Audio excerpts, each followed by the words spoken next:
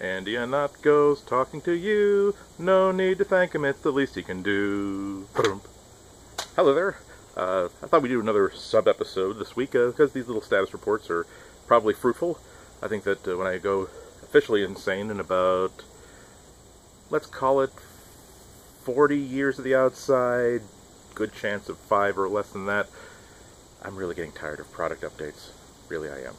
But it'll be nice to have these little videos to leave behind to remind me of fresher times when I had a tighter and tauter grip on reality.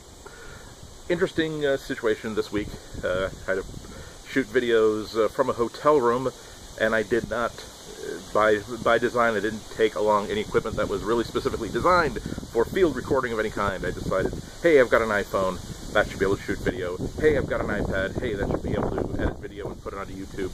And boy, was I wrong on so many counts! Because the iPhone can shoot video, the iPad can edit it, but getting files from one of these things to the other thing really sucked, and then getting it onto YouTube also really sucked. And so it was yet another one of those incidents in which, you remember that children's song about how there's a why didn't you get water today? Well, because there's a hole in the bucket. Well, why didn't you get a cork to put in the bucket? Well, because I can't climb the cork tree to get cork from because the ladder's broken. Well, why don't you go and fix the ladder? Well, and then it circles back to the hole in the bucket. That's what I was dealing with, because I had an iPad Retina first generation, and it does not work with AirDrop, and that's the only thing that the iPhone 5S could communicate with. And I'm recording this on the new Moto X. It's an Android phone, and as I'm trying to solve this problem in my hotel room late at night, I'm reflecting upon the fact that Bluetooth file transfer, it's remained so relatively unchanged since the day when our phones were made out of dead animal skins held together by twigs, but it works. Every time I've got a photo here on an Android phone and I want to put it onto my MacBook, I just click send, it locates my MacBook, boom it goes, boom it accepts. Really low-tech thing on that end, really high-tech thing on the other end, it doesn't matter. It's just all trying to help me get my file where I want it to be. Whereas iOS is, no. Bluetooth file transfer, that's for simple people. No. We have thought things out a little bit better than that. Thank you very much. And if we're going to create a situation in which you can't move a file from one place to another, you're just going to have to trust us. We've thought about this a lot more than you. You would not want to transfer a file under the circumstances that you thought that you wanted to transfer that file. And then for some reason, even when I did get it onto iMovie did not want to talk to YouTube for some reason. So it was a hash-up of using one phone to transfer something into Dropbox, then Dropbox to transfer it back into the iPad, then iPad to transfer it out into the camera roll, and then the YouTube app to manually put this onto YouTube. It got up there. But it did remind me that this commitment to doing shows on schedule does require that you do shows on schedule.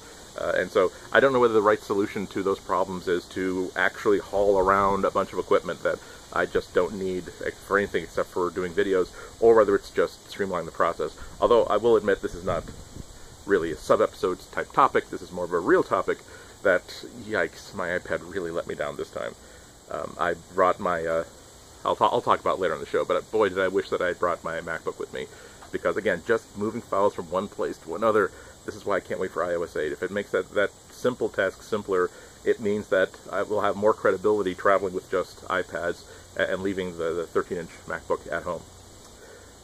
But it was also, getting back to the process of making these videos, it was also very, very illustrative because, you know, when I'm at home and I'm in my studio, again, there are lights, and I've actually sort of, over the past couple of years, I've sort of dressed the set, and not really so much for style, as anybody who's seen my podcast appearances can attest, but just as a way of saying, I want the lighting to be really good, I want the sound to be really good, I want the background to be interesting but not distracting, and somehow not have the random pile of crap that sometimes you set up the first time you set up a video podcasting studio, and that sort of forces me to overthink things a little bit.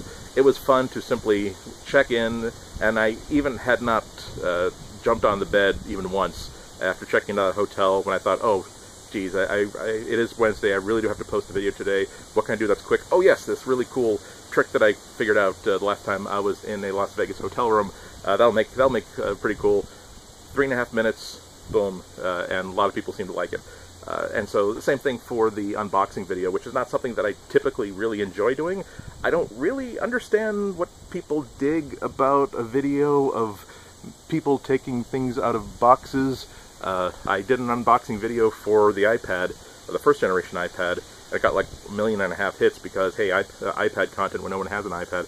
And I got so many complaints, hey, this is not a real unboxing video. And I said, but it was in the box, and then it was out of the box. Surely that fits some definitions of the word unboxing? I'm ignorant. I went to public school, sir. With your Oxford education, surely you know more about unboxing than I do. But yeah, but it was, again, it's fun to just say, you know what, I've got a phone camera, it's on a junky little pocket tripod, and I'm just going to talk through it. I'm not going to be able to do fancy edits, I'm just going to be able to do a couple of quick cuts, and that's pretty much it. So, I think that over the past 2 weeks of doing this little experiment, I've seen one end of it and I've seen the other end of it. The idea of really prepare, really talk it out, try to make something that's going to last for 1.5 years, and now the 3 minutes is going to be kind of cool, it's going to be kind of fun, it's going to be disposable, but that's okay because there's going to be another video coming in another 2 or 3 days. On that point, it was kind of fun to, when I made the iPad title card and put that number 6, the very least I can do number 6, I was like, oh, I'm halfway done with this. I'm like, there's only as many as I've done, that's how many more I've got to do.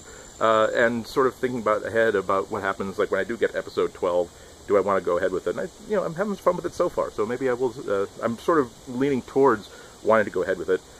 The other interesting wrinkle is that I did come up with this idea for doing this series in and of itself, and then when I sort of arbitrarily said, no, let's not pick a target date, let's just do it right now, let's just start right now.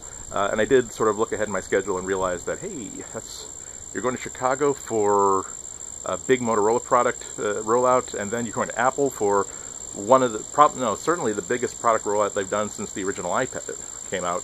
And then after that I have to go to Georgia, and I'm actually doing another talk between Apple and Georgia.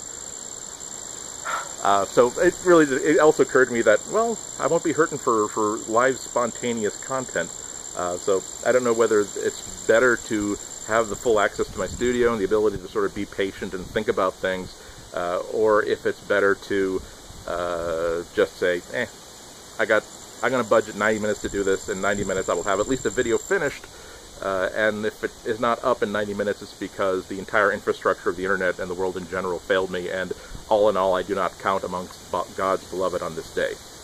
I'm used to that, it happens all the time. I don't blame him, her, or conceptually non-it for it. Sometimes you're just, it's your job to be God's sitcom for that day, and so I'm the wacky next-door neighbor who bought too much pudding, and so the straight-laced neighbor opens up a cupboard, and oh no, it's butterscotch pudding, gallons and gallons and gallons, and I said, oh, I'm sorry, Wally, I didn't think you'd mind, I just had so much pudding, I had to do something with it. Wah, wah, wah. I need a catchphrase for that. We're workshopping it. Again, we're still pitching around. Pilot season is still a few months away. We've got time to work on this. So that's it so far. Having a good time, figuring out the technical details, trying to let go and be a little bit easier and freer about it, and that's pretty much it.